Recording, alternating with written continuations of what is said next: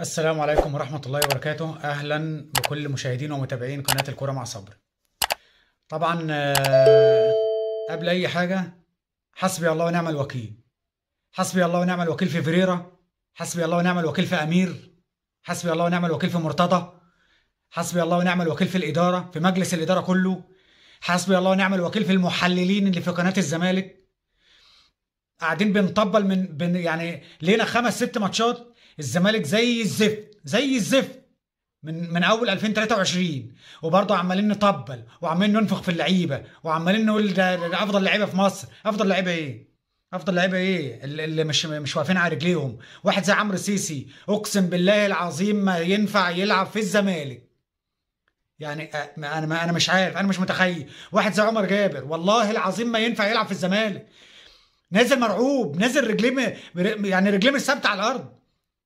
كل كرة يرجعها لجون. اي حد بصيله زي ما يكون يعني بيتكلم في سره، بيشتم اللي بصاله الكوره. انت بتبصيلي ليه يا عم؟ ممكن تتقطع مني. دي لعيبه مش عندها شخصيه، لعيبه عديمه الروح، مش عارف ايه. احنا خسرنا بن شرقي وفرجاني ساسي وطارق حامد، الناس اللي كانت بتلعب كوره، الناس اللي كان الاهلي بيعمل لها 1000 حساب.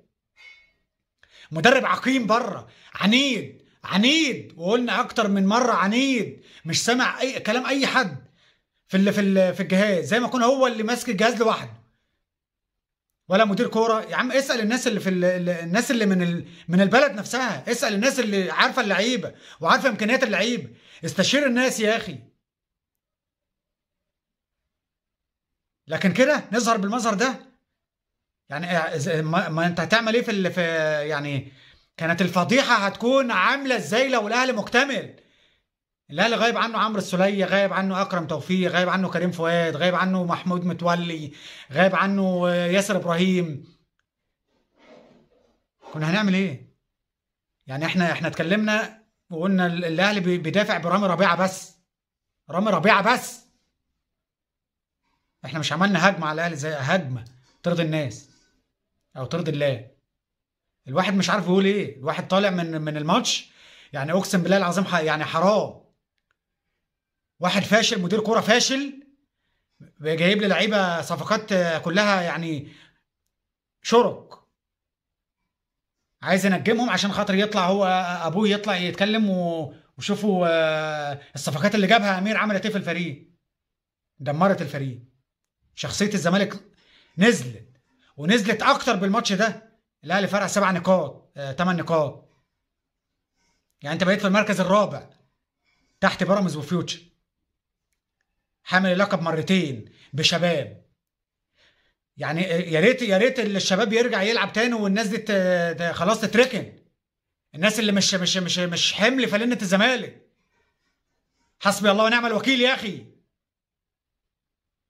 بتطلع لي المسلوسي وتنزل الزناري. طب بتطلع عمرو سيسي ونزل عمر جابر. ايه الافتكاسه في التغيير ده؟ ايه التغيير ده؟ يعني احنا قاعدين قدام الماتش مش عارفين سبب التغيير ايه. طلع مدافع ونزل مدافع، طلع خط وسط ونزل خط وسط عقيم زي اللي طلع. ايه اللي احنا استفدناه؟ يعني ايه الاضافه في التغييره دي؟ ربنا يسامحك يا اخي، ربنا يسامحك. عمر الاهلي ما كان يحلم ان هو يحرز فيك 3 اهداف. الاهلي كان جاي المباراه بالنواقص اللي عنده، يعني بيلعب معاك على التعادل. طبعا لا، ازاي احنا نرجع الاهلي مكسوفين؟ لازم نجبر خاطرهم زي كل مره. احنا بنكون اعلى واحنا اللي نصح الاهلي ونرجعه تاني. والبي طالع بيقول لك اجتماع طارئ الساعه 11. يا اخي الله يسامحك يا اخي، الله يسامحك. هتمشيه بعد ما بوظ الدوري؟ كل ماتش هتطلع احنا مش هنمشي المدرب، احنا مش هنمشي المدرب. مدرب ايه؟ بروفيسور ايه وزفت ايه يا اخي؟ تغييرات عقيمه. يعني لو الخطأ في التغيير ظهر في ماتش واحد كان ماشي، انما في 5 6 ماتشات ورا بعض. حسبي الله ونعم الوكيل، حسبي الله ونعم الوكيل.